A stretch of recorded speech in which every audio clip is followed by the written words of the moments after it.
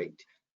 We are going to talk about Agile business model. We'll talk a little bit about the current state of the hospitality industry, and talk about some success stories that we've seen in the marketplace thus far, some of our clients, some of our friends, unique things that they've done, creative ways in which they've kind of approached this pandemic.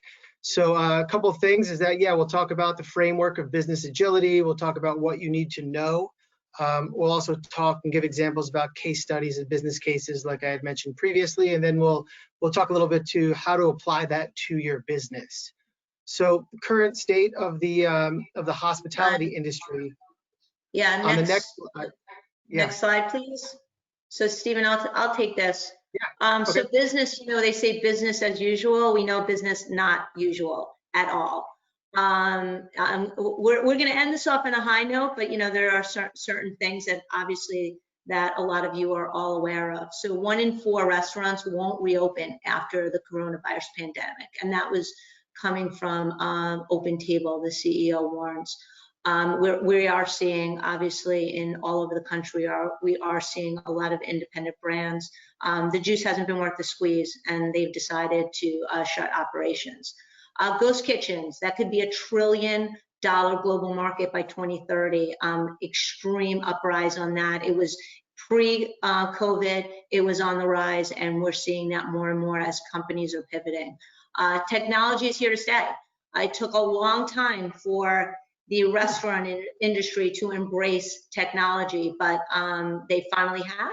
You all have, and 73% of respondents reported that technology added more to their dining experience, and those that invested will withstand the pressures of the current landscape, and that's for sure. We can't stress that enough. And third-party delivery. I know a lot of members of people who are actively involved in the James Beard Foundation. They're more on the fine dining, full service, and haven't fully embraced that delivery, haven't really had to rely so much on delivery. Well, obviously it's here to stay, and companies, and we'll talk about how companies actually pivoted through that. It's expected to be, yes, $15.6 billion in 2020, and that's a lot to do with COVID. And another trend that's really here to stay, we saw it pre-COVID, we saw it during COVID, and we're just gonna see it very far after COVID, hopefully comes and goes, is consumers are really conscious of their spending. They're focused on health, wellness, and transparency, where their food is sourced, right? The produce and meats where they're sourced, and they want to feel good about the brands that they are spending their money on. So that's something that's definitely here to stay as sort of the next generation comes through and they start spending more dollars. So those are pretty much the trends. I didn't do much bad news except for the first slide, but I'll hand it over to Stephen now to talk about just different ways to contend with this. So for next slide, please. Great, thanks, Stephanie. So this is a framework. It is a consultant's best friend. You might be saying, what is a framework? It's a, Steph, why are you giving me the weird look? It's something that I really enjoy, and something that I think takes a big, major kind of complex concept and tries to bucket ideas and simplify it. So what we're saying here and what this slide shows is the framework for business agility. And now if you look and kind of see the definition of an agile business model, the 2 words that really jump out to me when I'm thinking about that are, one is lightweight, and the second is flexible. So if you are an agile person, an agile athlete, it means that you can pivot, you can move, you can, jump from one opportunity to the next, or, rebound a basketball, run up the court, and kind of come right back, right? So if you're an athlete, you have agility because you are flexible and you have the ability to move and kind of pivot on the dime or on the dot. So what we're trying to do with this kind of diagram here is to talk through what gives you that agility, what gives your business the ability to move quickly and to be flexible. So at the top of the diagram, you'll see the company strategy. And if you don't know, well, strategy, the word is derived from kind of a military term, actually back to the Greeks. And the idea is that how do you approach an engagement? How do you approach a battle with a strategy to win? So in business, there's strategy as well. You're trying to win in the marketplace. You're trying to win over customers. You're trying to beat your competitors that are around you, or even, your strategy could be the idea of how do I allow my partners, my neighbors to grow with me, right? So a company strategy can be whatever it wants to be, but ultimately it has to try to achieve some goal. And it has to be a company goal, a business goal, something that you've set as a North Star for your company or for your organization. You're trying to achieve this kind of benchmark or this place in the business world. So it's important to clearly define what your strategy is, and that could be that I want to be the best restaurant on 23rd Street. It could be that I want to be the most profitable restaurant in the United States. It could be that I want to support a sustainable agriculture. I want to have local farmers as, to grow as I grow. Whatever that is whatever you define it to be, but it's important that it's clear, and it's important that you communicate that strategy and that goal to your coworkers, to your peers, and to anybody involved in the organization. Now, we all know that in business, there's kind of two driving forces, right? There's revenue or cash in the door, and then there's cash out the door, right? Your cost. In order to have a sustainable business model, you have to be able to have more cash coming in than is going out, because you need cash in order to operate. It's the oxygen or the lifeblood of any business, right? Financial capital, the idea of liquidity. So with that thought, the best opportunity that you have to achieve your company strategy or hit your goal is to give yourself the greatest opportunity to have as much cash as possible, right? And we all know that's like really theoretical. And I know as a business owner, I said to myself, man, I wish in school they taught me about cash flow, right? Because cash is king. So it's easier said than done, and I get that. But it's the vital and essence of your business, and you need to concentrate on that. And you give yourself as much flexibility as it comes with cash as possible. So we talk about 3 different ways to think about kind of cash and kind of the fundamentals of that. So the one is your cost structure, right? Your cost structure is kind of your lifeblood. You have to say, hey, I'm going to set up my business to have a cost structure that is less than the revenue that I bring in. And then you say, great, let me see where I can cut. What are the kind of traditional or legacy, operational habits that I have that there might be an opportunity to make some changes? Those changes are never comfortable. And I remember the first time that I got rid of my reservationist and went all online with reservations. It was nerve-wracking. I said, is this really going to work? There's nobody going to be answering the phones. What happens if nobody reaches out? It's a tough thing, but ultimately you weigh the pros and the cons, and you see how much cost capture you can gain through taking that initiative. And you try to realign your business model to say, hey, can I automate invoice processing using a technology so I don't have to pay a bookkeeper to kind of scan those in or type them in? Can I take my reservations and bring them all online, and I can cut some labor hours from a reservations department? Can I use an inventory management tool to kind of allow myself to have my finger on the pulse of the cost structure, more so than having a sous chef late at night counting all the products coming in and out of the walk-in box? What can I do to kind of transform my cost structure? Then you say to yourself, what are the differentiating capabilities that I have as a business? What makes me unique? What allows me to win in the marketplace? Is it your pasta? Is it your wine list? Is it your customer service? What are the things that people come to you for? What makes you different? What makes you unique? And what makes you win? And when you can identify those really key core characteristics to your business, and you've identified some areas to capture cost, right, and get more liquidity, well, then you say, great, I've been able to save this money here. What do I do with it?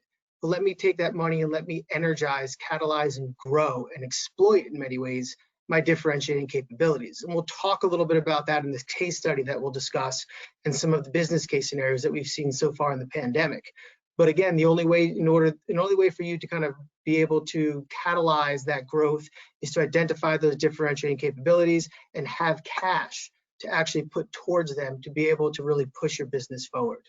So with that, you're reorganizing your business model for growth, and then you're enabling change in your business. And with change comes a change culture.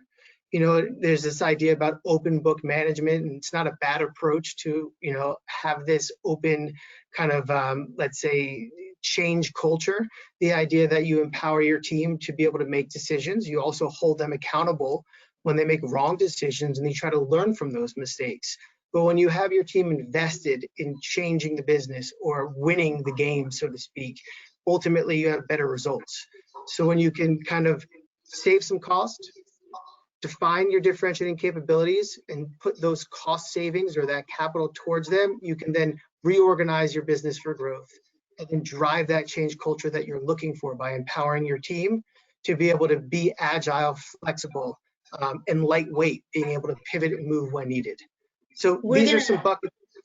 Yes. Yeah, no, I just wanted to add to that. So, in talking to all my clients and how they're weathering, the COVID storm, and, everyone talks about this COVID fatigue, right? The country, I think in the restaurant industry, it's COVID exhaustion, right? The opening and the closing and having to pivot on the dime just to, get through this time. And in speaking to one of my clients, I just thought, because it really, when you said, Stephen, about differentiating, and their mantra, one of my clients, their mantra was be disruptive, always care, and never compromise, right? And that's so in a perfect world, you could do that, right? And be disruptive I think in this environment actually still stands true. But what we're finding is that in speaking to all the operators that Stephen and I speak to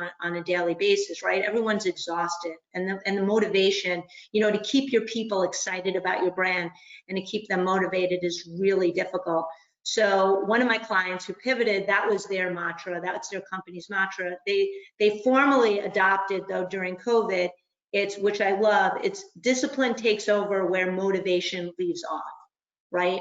So, so now's the time when, obviously, when money flows and a lot of operational issues, cash hides everything, we say. So when you do have operational issues, that those additional sales that you have in the bank, you potentially are probably more profitable than you thought you could be, because of those, maybe there are, some different operational, inefficiencies or whatnot. And so I think, part of this is discipline is key here, to come up with a plan, a go forward plan, and you'll find that go forward plan will be something, it's not, per se temporary.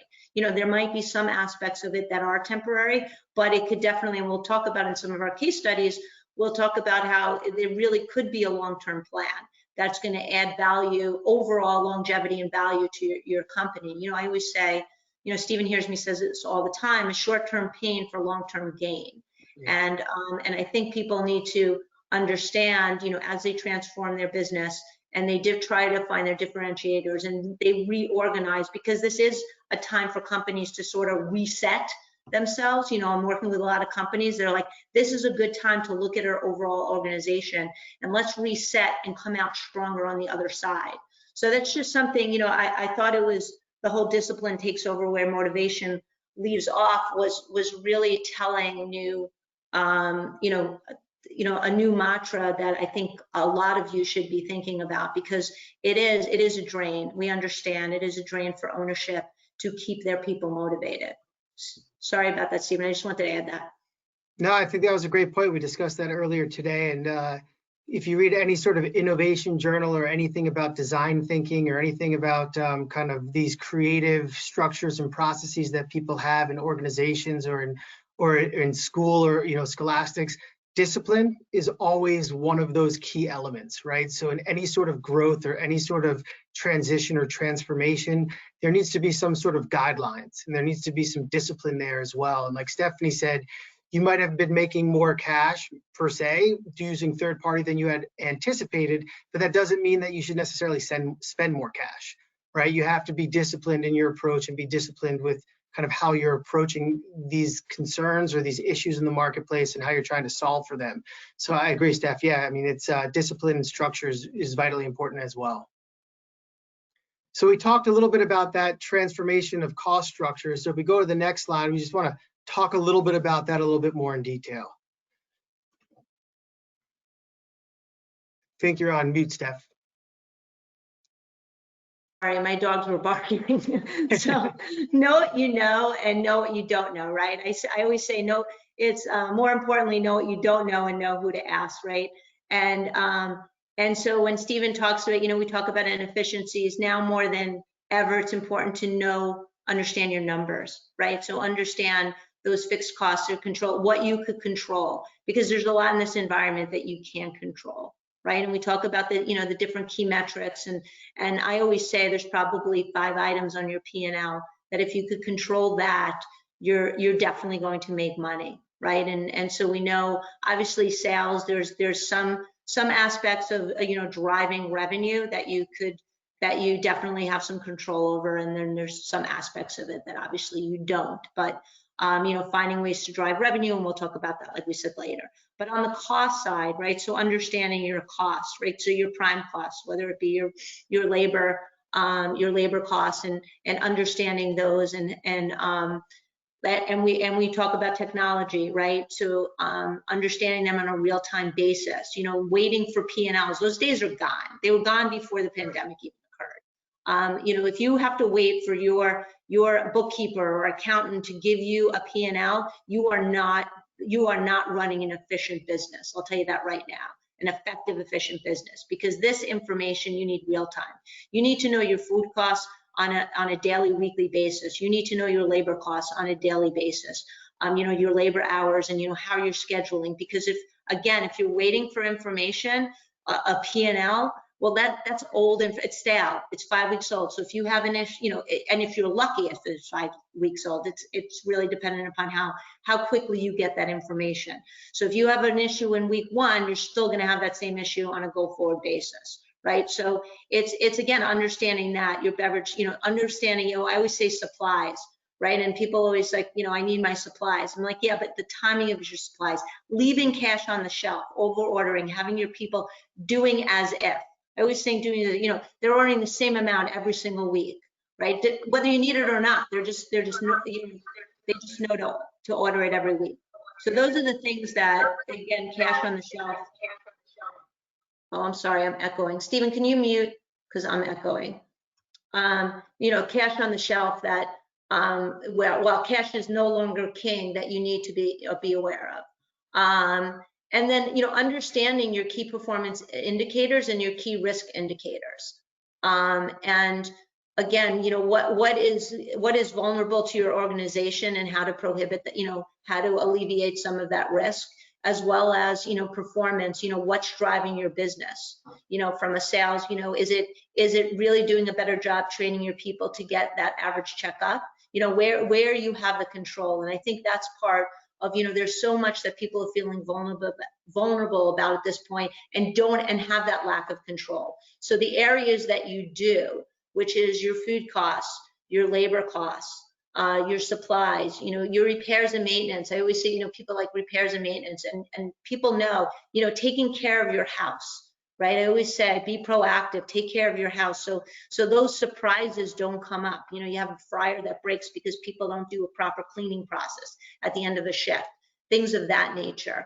Those are the things that you could control. And so understanding your numbers in a more timely manner is more pivotal than ever right now. And those are just good habits, because when everything goes back to whatever new normal it's going to go back to, then you're ahead of the game, because you're looking at all this information on a daily, weekly basis. So you're in much better shape, again, coming out than you were probably going in. Next slide, please.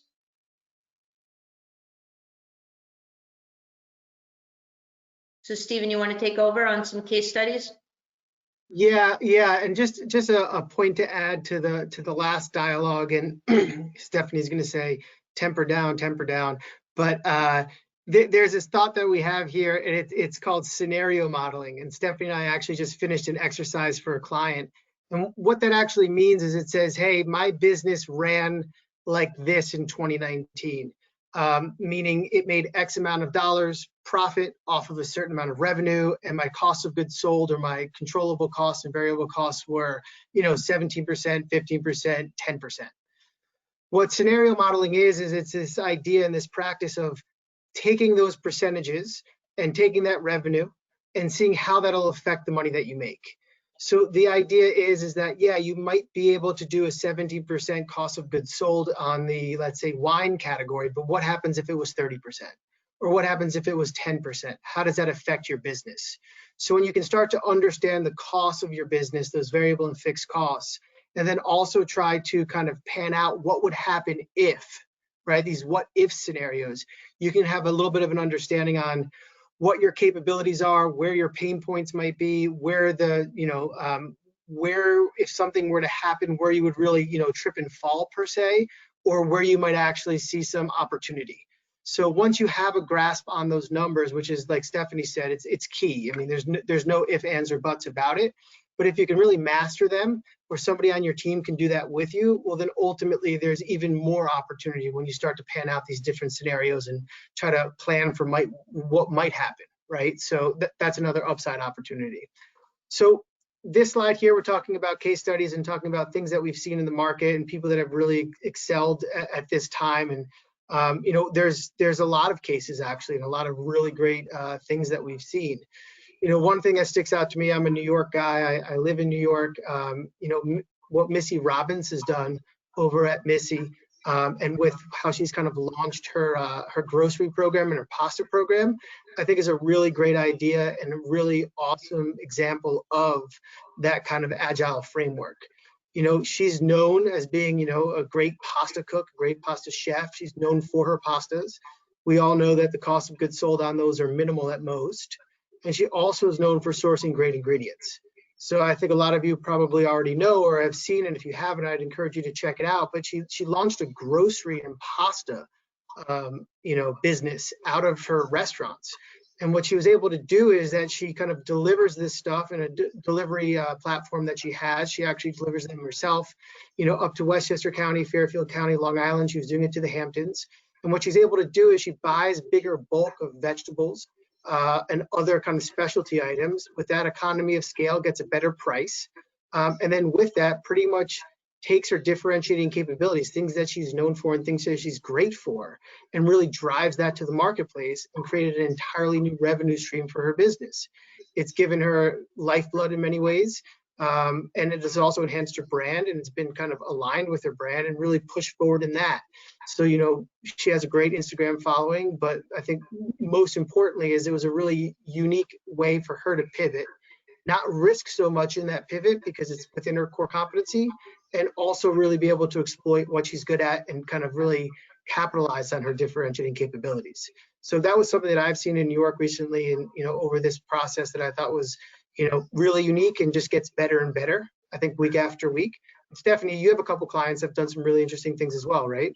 Yeah, for sure, for sure. So, and I think a lot of these people who are on this call right now, this webinar, they understand, like hospitality, right? Why did you get into this business? Your love for food, your love for hospitality.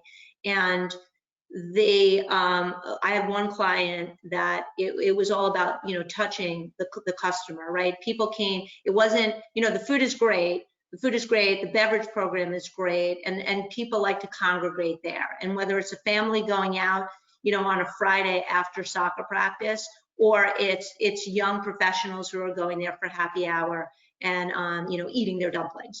And so they really, third-party delivery, or that really wasn't a thing for them.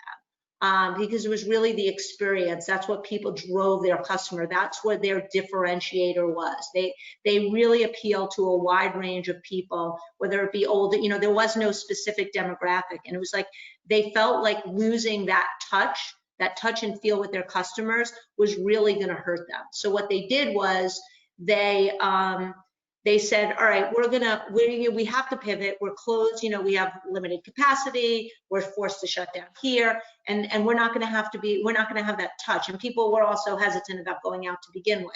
And so they decided what they did was for the young people, right? For whether it be the kids or for their younger generation of people that were their customer base, they started to, like, with their app, they started to gamify things. So they made it into a game, right? With which they used their their concept, and again, that wasn't easy. Don't get me wrong. None of this is easy. But what they did was they tried to make it fun, right? They tried to engage with the customer in a different manner that they had never done before. They also did a call center, right? So instead of just doing everything online, right, they wanted to be able to still touch their customers, and that was really important to them. to how can we engage with our customers instead of them just going through a third-party delivery, instead of them just going to an app or you know, something, or just going onto our website. So when they created this call center, yeah, it was some additional labor that they had to do. They shifted their labor, actually. It really wasn't additional labor. It was just a shift in labor. You know, people did different things, but what they felt was people felt connected to the brand, and that was really important to them. So that was just something, again, and third party, and now that's something they're going to continue to do, where third party delivery for them wasn't a thing, right? And it wasn't something that they really did well. And then when we talk about resetting, I have another client that did, I mean, I would say 2% of their sales were third party. And it wasn't even with delivery. It was like somebody they considered, you know, it was off premise. 2% of their was off premise, and they didn't even really do a good job of it because it was only 2%. So they never had to concentrate on it. And now and they went from 2% to 45% in a very, very short period of time. So they really forced themselves to be good, right? Because they had no other choice. This was either people's first impression of their brand, or it was a way for them to continue to service their existing customers. And that was really important. So they did have to find a way to get better. And certain things, and I'm sure a lot of you are thinking this, because in the fine dining or full service model, not everything is great to go. You need to have it on premise. So what they did was they tweaked their menu. There's certain items that they knew were not going to translate well by going into either somebody's car or being delivered. Either it would be their customer's car or a third-party delivery. So they did a different menu, a different online menu, things that they know that would still, when it showed up at that customer's home, that was going to be, they were going to still be able to enjoy it. I also had, you know, one that they're a combination, they're a cooking school, and this was like sort of easy. They did a cafe, a cooking school, and they didn't want to lose touch with their people. So they did online cooking, you know, cooking classes, and that was their way to stay connected. I have another client they did with wine, right? Wine pairing. So their claim to fame is, you know, their experience is is their unbelievable wine collection. And it's like, all right, we're going to do these box dinners. We're going to send you all the ingredients. We're going to do cooking classes, and you're going to sample our wine, and you can buy the different wine. You can buy your favorite brand, or here, this is what we're going to suggest, and you could purchase this wine. And they did it at a price point that people, you know, had an appetite for. And at the end of the day, you know, none of us want to cook anyway, right? So whatever we could do, and we are all, your customer base is you know, COVID fatigued. Like, we don't want to sit in front, like if we have to be in front of our TVs, you know, on Netflix, you know, watching Netflix, we would rather have a different experience than watching in front of our TVs. We would rather have some sort of, you know, something to do different, a date night that could maybe not be a natural date night, a non-traditional date night, but something different. And I think that's the important. It's not losing touch with your customers, because as Stephen said, cash is king, right? And that revenue, top line revenue though, is only good as bottom line profitability, which goes back to knowing your numbers. But again, I think you know, those are just some examples. And Stephen, if you have a couple more until we move to the next slide. Yeah, just one thing, you know, I always say that disruption is an opportunity before it becomes a threat. And I think that's important. And as crazy as that sounds, the reality is that if there's disruption in the marketplace, it's almost guaranteed that everybody will feel some aspect or some magnitude of that disruption. And then those businesses that have that agile business model, have the cost structure figured out, kind of can be a little bit light on their feet. Well, then it's an opportunity before it becomes a threat. You can play offense as opposed to defense. You can be reactive. You know, and that's really key in getting to this cost structure figured out and kind of having that more agile, lightweight model, no matter what's around the corner, even if it's good times or if it's, you know, God forbid, another bad time, you'll have the ability to do that. There's a big brand out there, big brand, bigger than, you know, any of our restaurants here, I would assume, but they saw the opportunity and the disruption, and they actually launched a second concept. And that concept was all digital. It was a brand that they had come up with. It was a digital, it was digitally done, released via third-party delivery. and they cooked it out of the kitchen of their restaurant or of the restaurant chain. And they were able to launch a brand and do a beta test on that brand that was 100% kind of online based. It wasn't based in any sort of brick or mortar or anything, but they saw it as an opportunity because the market was really driving towards third party. People were engaged in that platform. It was an opportunity for them to test something out. And again, that's just an example of, if you have that model and you have that agility and that lightweight, flexible ability to kind of react, sky's the limit sometimes on, how you can pivot, when you can pivot, and how quickly you can take advantage of these opportunities. So I guess next slide, we'll just talk about a little bit about kind of some of the fundamentals and kind of, maybe a couple of stepping stones on, applying this to your business. So the first is this idea of strategic foresight. And all that means is keep your eyes open. Keep your eyes open, keep your ears open. I would encourage people to gather information from channels that aren't necessarily their traditional channels to gather information from. I mean, one of the things, I'm a former restaurant guy, eater.com and all those kind of things. I watch CNBC a little bit now. I mean, it's just what it is, Squawk Box and Squawk on the Street. I learn about the hospitality business a little bit differently now at times. See what's going on in the market, see what's happening in other businesses. And that strategic foresight means that you're keeping a temperature and keeping a litmus test on the hospitality industry as a whole, but you're also kind of keeping your eye on adjacent industries, industries that might be affecting your industry, whether that's logistics and trucking, or whether that's supply chain, how that could potentially affect you. So strategic foresight is just making sure that you have your eyes on what's going on around you, and that's in your industries and industries that are adjacent to yours. Yeah, reduction in costs. I'm going to talk about, we talked about being able to reduce costs, and I want to throw in some technology here, and not only implementing technology to recognize what your true costs are, but really what technology is working for you. Like I said, it took a really long time for the restaurant industry to embrace technology, and some companies went full throttle on it and layered on a bunch of technology. So what's really the best bang for where do you believe you're getting your best bang for your buck, and kind of and looking at that, and if it's not not providing intricate value to you, whether it's driving top line or if it's reducing bottom line, reducing the cost in between and increasing your bottom line, there's no point into, you might want to revisit later when you have a little bit more cash, but that's really, I think that's really, really important to look at with respect to that. And again, understanding your numbers, reducing the cost where you can, where it makes sense.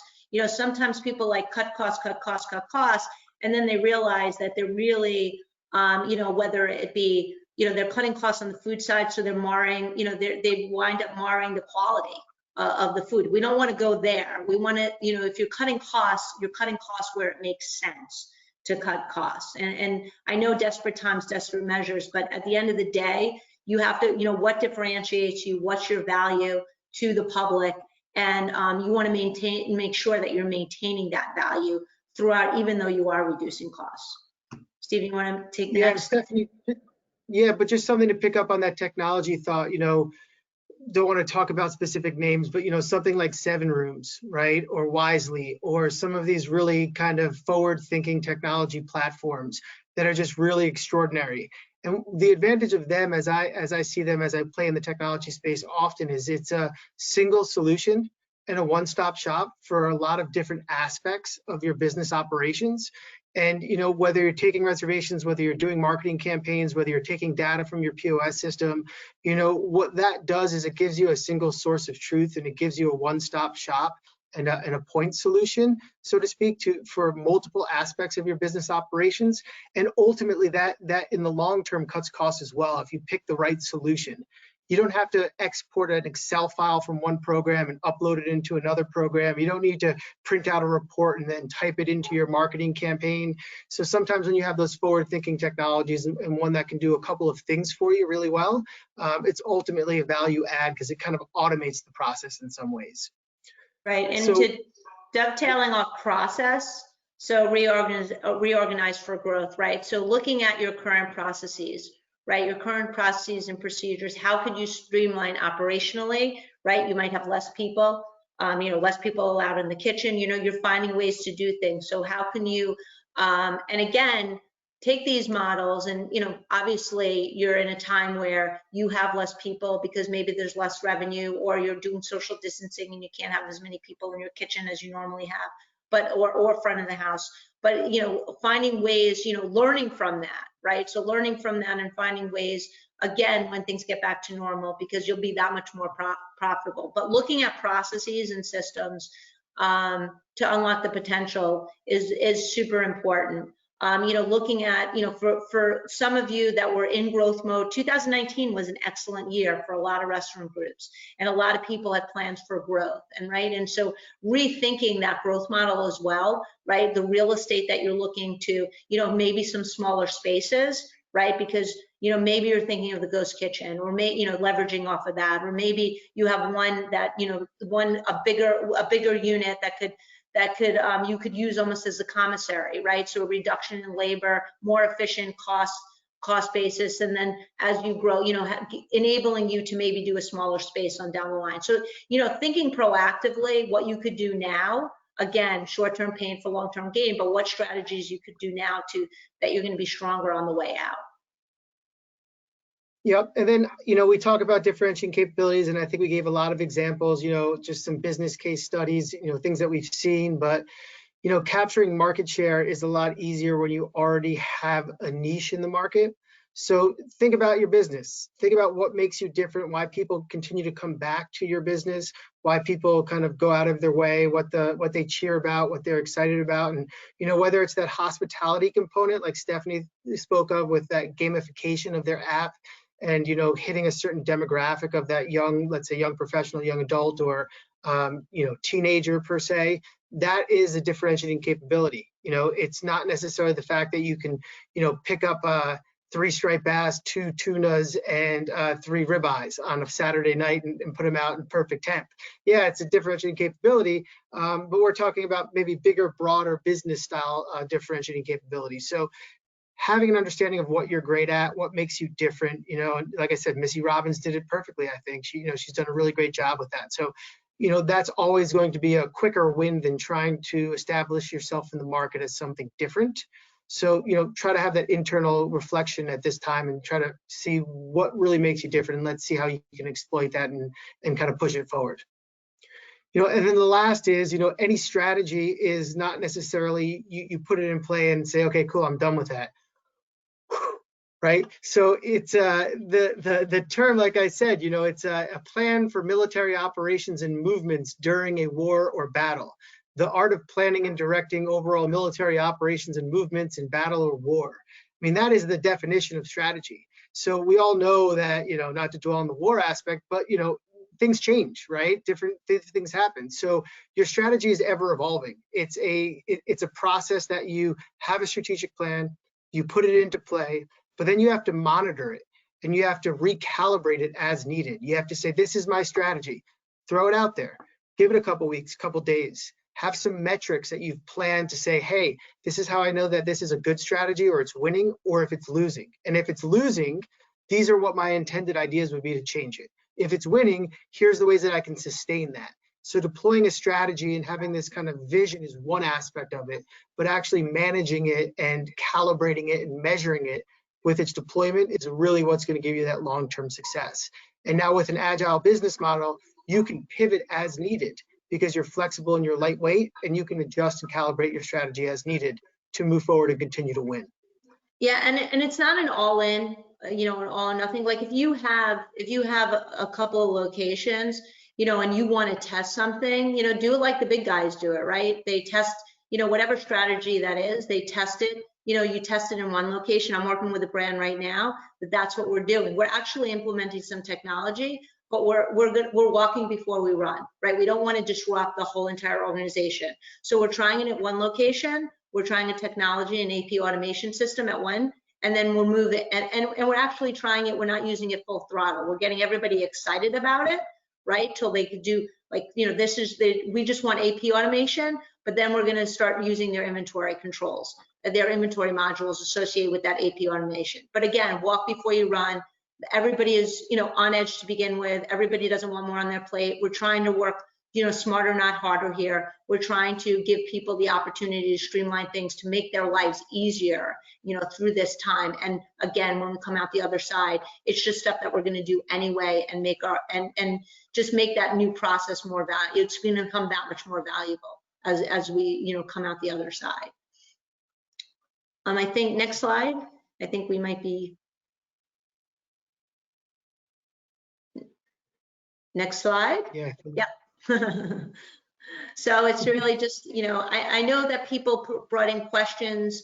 I think we answered some of those questions ahead of time. Is there any specific, Stephen, if you want to go down some of those very specific questions, we could address them now, or if there's anybody who is on the line that would like to ask, we spurred a thought that you'd like to ask a question, or, we didn't address something that you wanted us to address.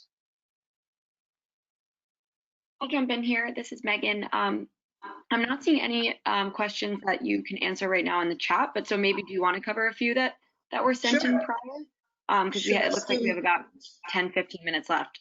Sure, Stephen, you want to go through some of those questions? Yeah, can I play the asker and you're the answer? Sure. Let's find a couple here. I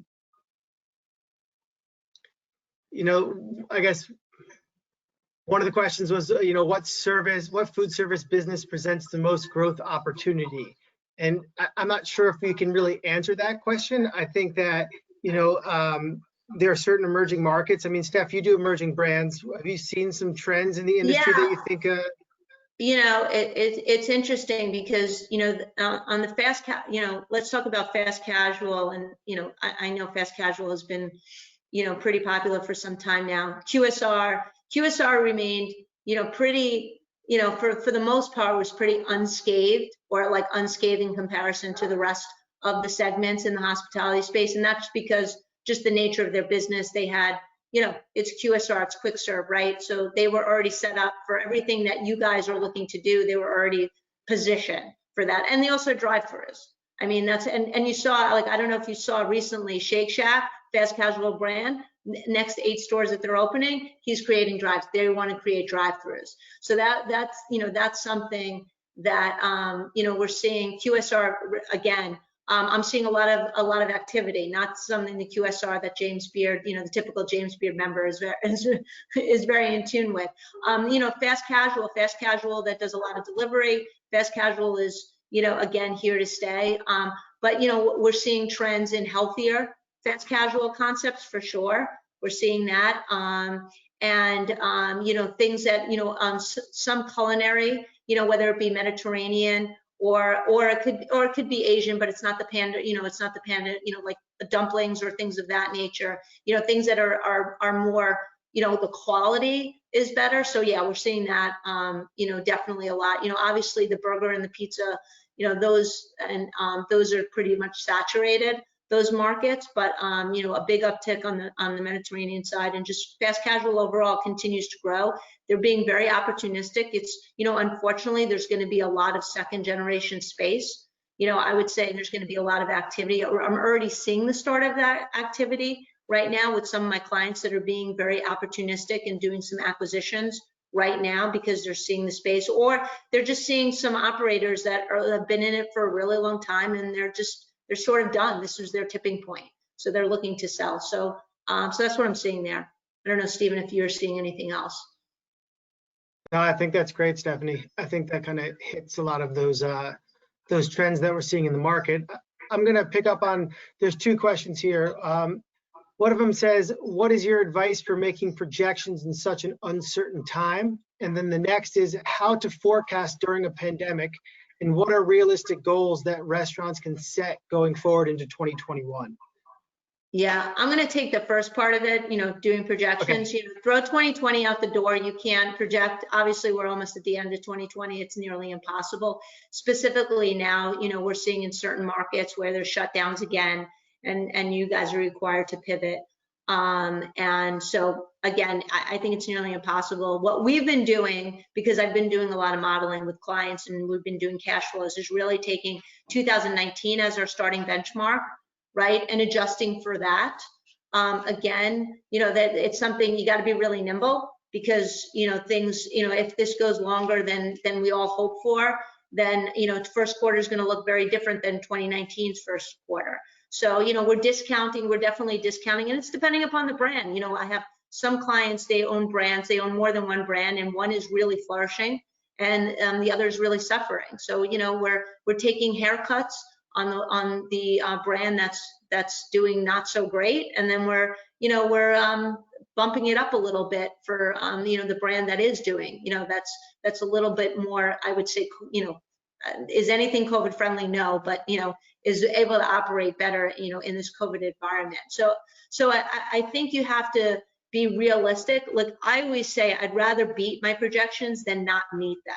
So I'm always more conservative on the definitely more conservative on the side of revenues, and I put a little more cushion in the expense side of it, and try to beat both, right? Try to get more revenues and reduce my costs. So to prepare, I think you have to prepare for worst case scenarios, right? What is your cash flow going to look like? And also, I know a lot of you are dependent upon the relief, the government relief. We don't know what's going to happen, right? I think we're gonna find out a lot in the next, I would like to say the next day or two, but realistically, that's not happening. It's probably in the next couple of weeks. We'll see what's going to happen with additional relief that's out there. I would run my models not depending on it, quite frankly. Not to say it's not going to happen, but again, the most conservative approach that you could possibly do. Stephen, I don't know if you want to add. Yeah, just to piggyback on that, it's not to talk too technical here, but there's the term credible best case scenario, credible worst case scenario, and then baseline or base case scenario would be something like 2019. So the idea is to say, hey, if it was the credible best case, what would my revenues be, right? Credible means realistic in some ways. What could my revenues be? What would my profit be? What would my cost be? Worst case, what would that be on the downside? And what you try to do is you say, great, this is what credible best and credible worst is.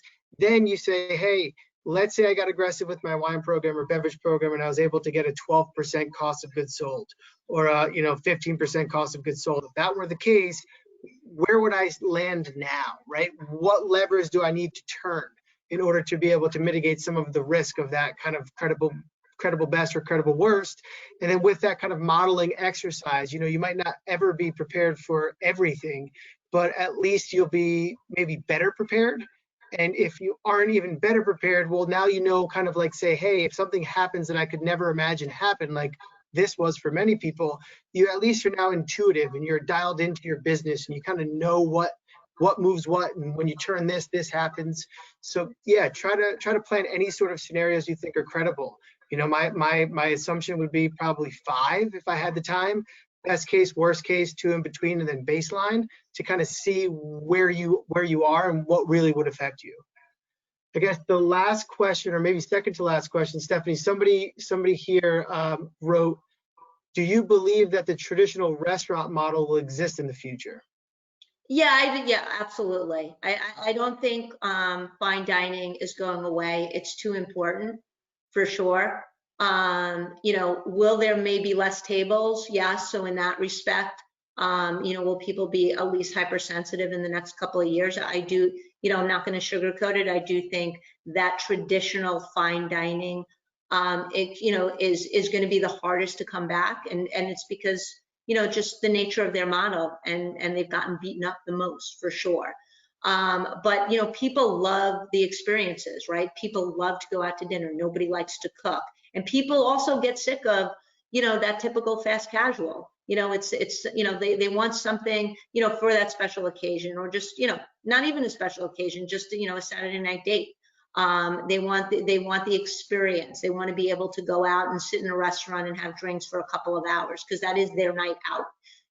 They're not depending upon, what's on Netflix. So it's definitely not going away. I think it's just going to take a little bit of time. And I think there's a lot of, unfortunately, there's a lot of factors out there that are not in your control. But I think, restaurants are here to stay. I just think that they need to think of different revenue streams to supplement them to get through this time, to get through this unusual time until there's a sense of normalcy. Yeah, I mean, I can't tell you how much my wife loves going out now, and it's something that we've always done together. It's kind of part of our relationship. It's part of what we love. I mean, I've been notorious to order every single dish on the menu or multiple entrees. I mean, I love food, I love eating, and just there's something about that experience that I think you can't replicate anywhere else. But I agree with Stephanie when she says you just have to be able to find additional revenue streams, have a little bit of that additional capability to say, hey, if things were to pivot or to hiccup, that there is still some opportunity to bring cash into the business to give me the blood that I need and the oxygen I need. Steph, maybe the last question, because we're getting close to the end. And I don't think you have the answer, but being involved as far and deep as you are in PPP and all that kind of stuff. Somebody asked, should business, what happens if you shut down again? What happens if Chicago happens all over the United States? From what you've seen from a cash flow perspective, from a tax perspective, or just from working PPP, is there any sort of mitigation or control you can use right now, or is it just too tough? Well, it's unfortunately it's a wait and see game. I was to tell people, like, Congress is like, I equate them to toddlers. When something else, the new shiny toy comes, they redirect and they forget about what they were working on, and it just prolongs everybody's any sort of relief that's coming down in the pipeline. So what I think is going to happen, and we're fortunate enough that we have people on the Hill that inform us what's going on and kind of have that in. We get some confidential information. So just a couple of things that I will share with you that's been shared with me. So one, if I think if Trump wins, then there's going to be a relief package very shortly thereafter, right? If he loses, I think McConnell will be as spiteful could be, and there's going to be nothing in the foreseeable. And I think Trump will, his personality, I think he's just going to be like, yeah, you wanted somebody else, like, have somebody else deal with you.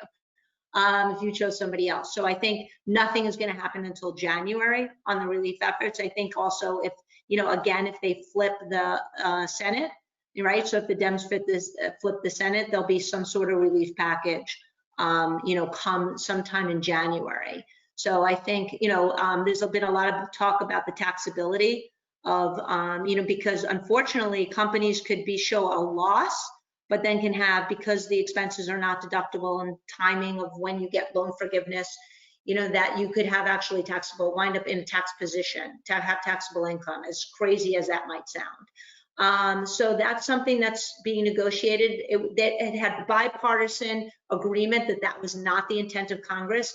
They wanted the grants, let's call them, or forgiveness, cancellation of debt, to be tax-free, and they wanted the deduction, that the expenses to be deductible.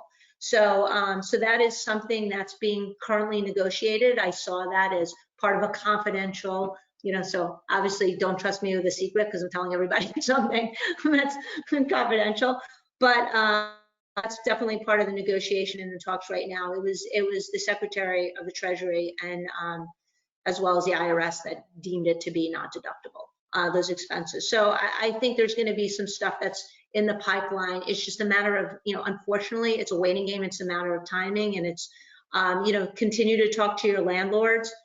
Use your current, I know everybody pretty much their PPP is run out at this point, or their 24 weeks has run out at this point.